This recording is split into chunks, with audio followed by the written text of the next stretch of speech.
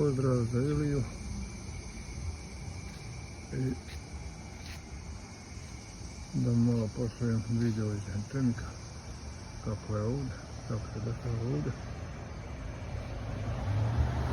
tako da se ovdje parkira auto, sad bi strane ceste.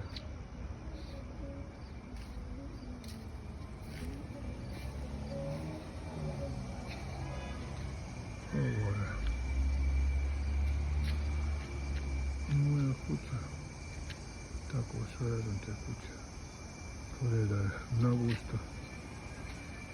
gusto poredane.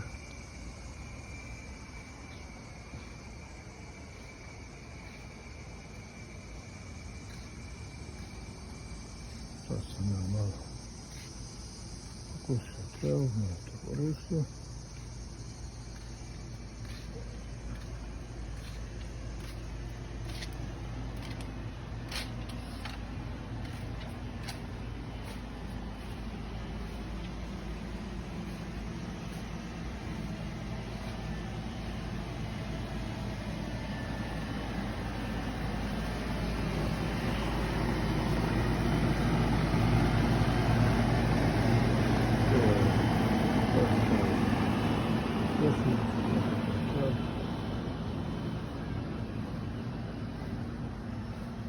Ovo je korona nas malo načerala da malo počnemo sebi organik, da jedemo organik hranu, da malo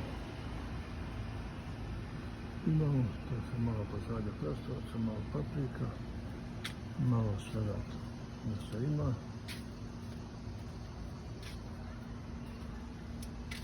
Krenu su jako dobro ove zudne. Paprike, krastavci.